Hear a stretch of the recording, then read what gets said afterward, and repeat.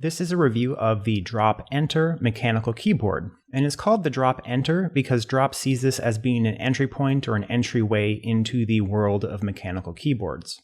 So at least when I hear that, I think of an entry-level product, which often makes me think of a product that's not quite as good as products that are not entry-level. And I'll say up front that this keyboard is actually an exceptionally high-quality keyboard that I've been super impressed with. So if that's your impression going into this, I think it's best to think a little bit differently. There are some features that are stripped off of this keyboard that are available on Drop's flagship models, but all of those keyboards also cost at least twice as much. So this is actually a really incredible value. And I'll also say up front that Drop supplied this keyboard to me for the purpose of doing this review. So I'll do my best not to let that influence my opinion, but I do think it is important to call that out. And also, if you want to check out this keyboard while you watch the video, I will place a link in the description so you can check it out there. It will be an affiliate link, so if you purchase using that link, it will support me and this channel. But if you don't want to do that, just head on over to Drop directly and you'll find it there as well. So let's talk quick about what you're getting when you purchase the Drop ENTR. So the Drop ENTR is a $90 keyboard, which if you're not used to purchasing mechanical keyboards, it might seem like a lot of money, but that's actually a very compelling and competitive price, especially when you consider the quality level of this keyboard. You're not going to find too many options under that, even when you go with major companies like Corsair or Logitech. And this keyboard is a 10 keyless layout, which means it's essentially a full-size keyboard with the exception that it doesn't have a numpad. So if having a numpad is really important to you, then this is not the keyboard for you, but I assume that this is one of the more popular keyboard layouts because it's a bit more compact, which is probably why Drop decided to go with that particular layout. And also this comes with an anodized aluminum case, so this thing feels super duper solid. When I pulled it out of the box, I was really impressed with how heavy it felt. It feels like it's a really well-crafted, well-manufactured keyboard. Especially if you're used to using plastic keyboards that are fully plastic, this is not even comparable to that. Also, it has a USB-C cable, which means it's future-proofed and it's a new interface. And plus, I hate using those USB micro cables that I always seem to plug in backwards every single time. So this helps you alleviate doing that. And it also comes with a keycap puller, which is a small deal. But if you do want to pull off your keycaps and replace them with different keycaps, which is certainly something you can do with this keyboard, that makes it really easy to go in there and do that. And as far as the options for the different colors, at least at the time of me doing this review, there's 3 different options. So there's a black body with black keys, which I assume will be a very popular option. There's also a military green body, which has gray keys, which is a bit more of a different option. And then there's the option that I chose for myself because I really like white peripherals in general. So it's a silver body with white keys. So if you're used to using Apple products, that probably feels a little bit more at home to you. So when it comes to the overall build quality of this keyboard, as I mentioned before, I was super impressed. The very first thing that I said, and actually just wrote this down when I said it, when I pulled out that keyboard, I said, wow, that's beautiful. Because I wasn't expecting a super high quality item out of this because it is priced at $90, which lowered my personal expectations a little bit. But the actual design of the keyboard is fantastic. It's extremely heavy, which also gives that sense of quality, which is no doubt in part to the fully aluminum case that this thing is put in. It does have a plastic top on top of that case, but that in no way lowers my expectation of the quality of this. It actually feels nice. And I'll talk about a few of the different things that actually come installed on this particular keyboard that will help you break down if this is a good fit for you. So the first thing, and obviously a very important thing, are the switches. And if you're not familiar with what switches are, they're essentially what you press into when you press the keycaps down. So they're what actually triggers the key press from happening. So there's 2 different options available with the Drop ENTR, and I do think that is one of the more important considerations. That's not a ton of different options to choose from, so do keep that in mind. But there are Gator-on yellow switches as well as Halo True switches. So Gator-on yellow switches are linear switches, and I'll say up front that I've never used these personally, so I can't give you too much in-depth information. But essentially when you push down, it's completely linear, so you won't feel like a tactile bump or a click as you press down, as you will with some other mechanical keyboard switches. But these should also be very, very similar to what you're used to if you use a standard non-mechanical keyboard. That general sort of a feel is what you're going to get with a linear switch. The Halo Trues, by contrast, are a tactile switch. So as you press the switch down, you'll feel an ever so slight bump when you actually press that key and the key click is registered. So it's just a way of letting you know tactily that you are actually typing and that the type has been completed. So I actually really enjoy the Halo Trues that came installed on my keyboard.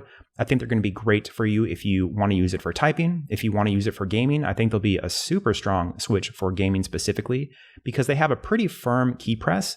And especially when you let go of the key press and it bounces back up, there's a lot of spring back. So it kind of bounces back up into your finger so you can reset and keep going really fast. So if you're trying to move around fast in a game, I think that will definitely be a perk. I'll say these switches for me, the Halo Trues at least, are almost perfect for what I'm looking for out of a switch. Maybe if that key press was 10% lighter, so about 10% less force, I think they would be a perfect switch. I use Halo Clears on my personal keyboard, which is a drop shift, which actually don't come on the drop enter. So those are like also almost perfect, and I think my actual perfect switch is somewhere right between the two. But that's my way of saying I think that the vast majority of people who use these switches will be happy with them, which is probably why Drop included them as one of two options. I do personally hope to see Drop offering more switch options in the future, because I'll talk about some differences between the Drop Enter and some of their higher price keyboards like the Alt, the Shift, and the Control. But a big one is that these switches are not anywhere near as easy to replace on this keyboard as they are on those more expensive offerings. So next up are the keycaps, which are double shot PBT shine through keycaps. And that's a lot of stuff to say, but really the important things to focus on here are, number one, that these are super high quality keycaps. So on cheaper keycaps, when you type for long periods of time, over time you'll notice that those keycaps become really shiny looking. It looks kind of cheap, like a cheap plastic, honestly because it is a cheap plastic. So these keycaps will not do that. You won't notice them becoming shiny over time, over periods of long use. So that's a really big perk if you're used to using, especially mass manufactured mechanical keyboards.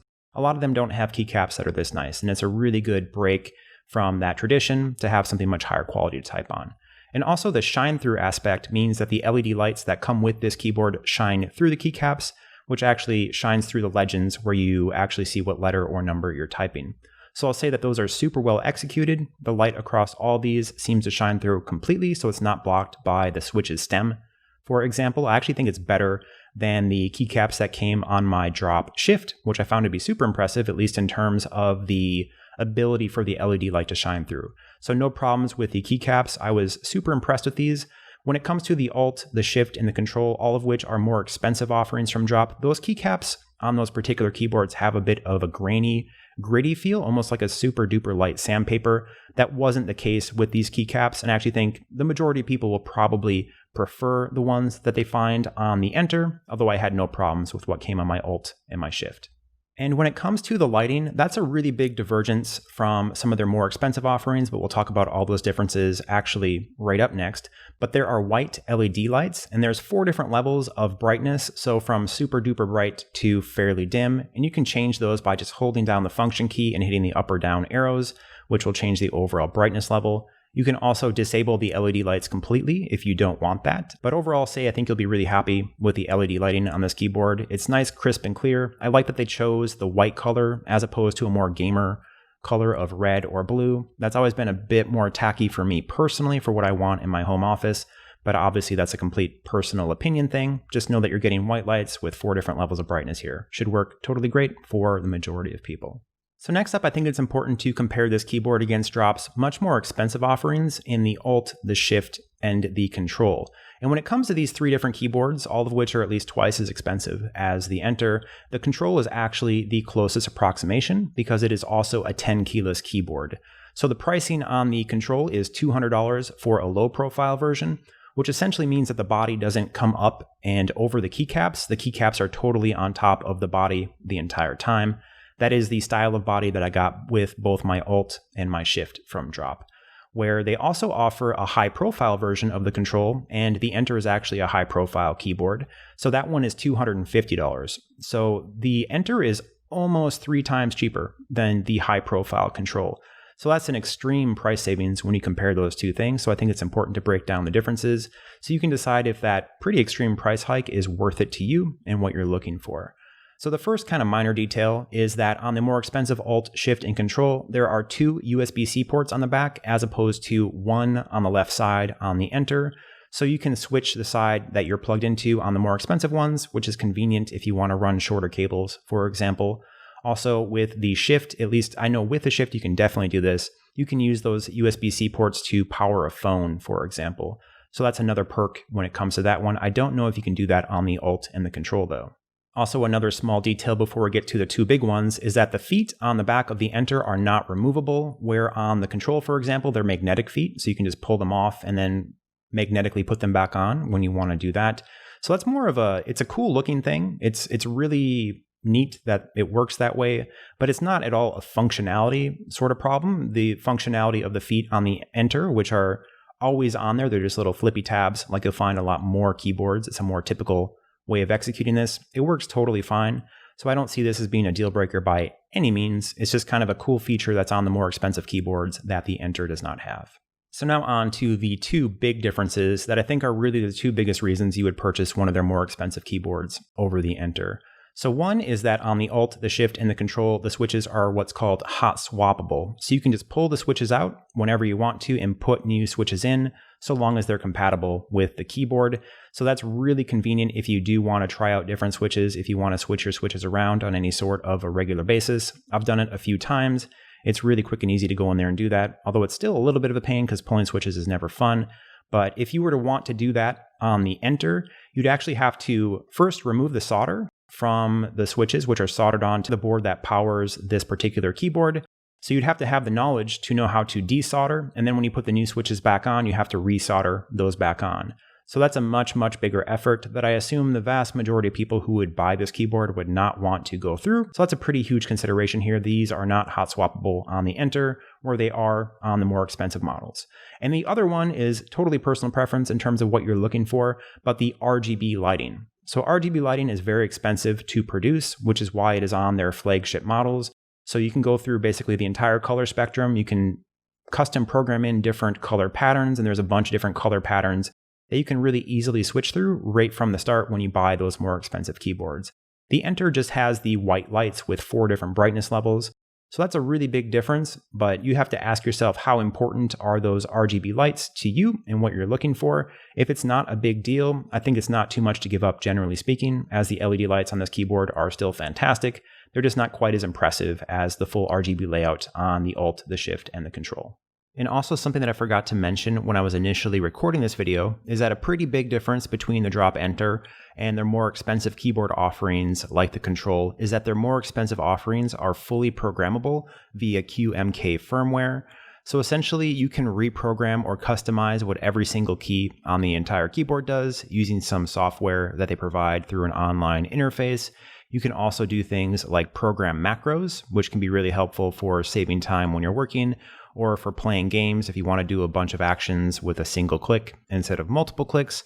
So obviously, if that is something that you care about, that is something that you need to purchase one of their more expensive keyboards to do. I don't personally tend to deal with that too much, which is probably why I forgot to even mention it when I was initially recording this, but I do want to make you aware of that difference because it is a pretty big one. But that's really it for my high-level thoughts on this particular keyboard. And to wrap it all up in a conclusion, I think at $90, this is an insane value for the money. I would personally be very happy to pay $110 or $120 for this particular keyboard. If I did pay that much and received it, I wouldn't feel ripped off or like I got a bad deal. I do think that this is a very, very solid offering at $90, and it's very impressive that Drop was able to pull this off at that price point without being a company the size of Corsair or Logitech. And to make a quick comparison to a keyboard from Corsair, so Corsair has an offering called the K63, which is a mechanical keyboard focused on the gaming market, and that keyboard is $80. I actually personally own that keyboard. I used it, 4 or 5 years ago, I would say. I don't remember the timeline exactly, but I will say upfront, for the $10 cheaper price tag, that keyboard feels way cheaper than the Drop Enter. Especially the keycaps. I looked at those keycaps on that keyboard that I used for maybe a year or 2 years, and they were all super shiny on top.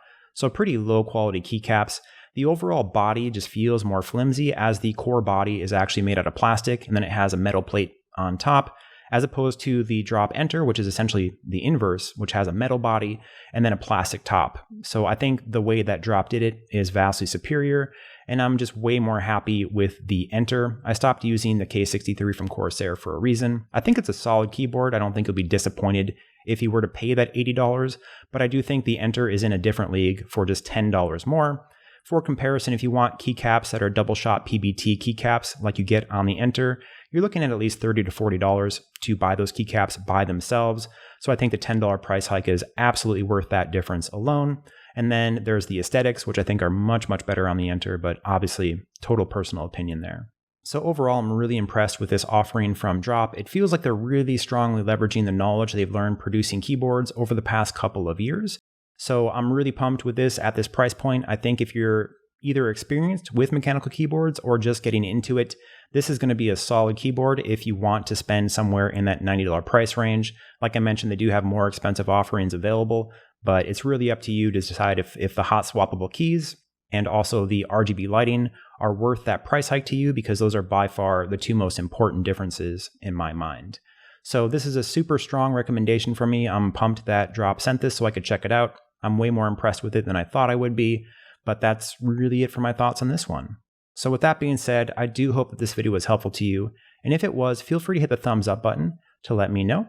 And also, if you have any questions or comments, feel free to leave those in the comment section. If I can help you out, I will, or I'm sure other people might have feedback for you as well. And of course, if you want to see more content like this in the future, please subscribe. I'll do my best to keep creating new content just like this. But that's it for this video. Thank you so much for watching.